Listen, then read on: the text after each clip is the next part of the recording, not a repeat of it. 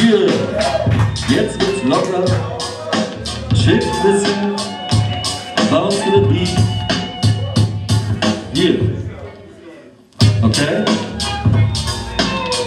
Yeah. Rewind.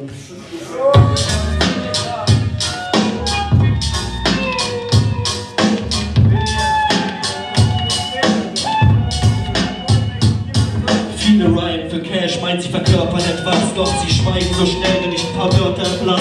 Denn ich verkörper etwas, was du hörst, niemals rast. Ein antörender Bass, ein paar Verses und Bass. Mit gestörtester Kraft sorgen, dass du nördlich zerblasst. Oh, jetzt hörst du was, Mr. O'Bound wie ein Ast. Mit den Wörtern, die erörtern, du gehörst in den Knast. Also shut up, fang an, kleine Brötchen zu backen. Du bist öde und kacke, wie Friseusen auf Pappe. Haha, ich pack mir die Köte und lache. Schon ein Fötus war ne blöde Attrappe und dein Rap so beliebt wie H3 Brönnlein-Kacke. Jetzt bin ich dran, für dich eine ganz böse Klatsche. Fucking Phönix aus Asche und ich bin zum Olymp, auf dem ich mir flow und die Krönung erhasche. Hier, hier, hier. So, ich hab kaum Hops, aber ich glaube, das stört keinen. Wir feiern und zelebrieren einfach so ein bisschen und rappen die Parts, wie sie gleich kommen, okay?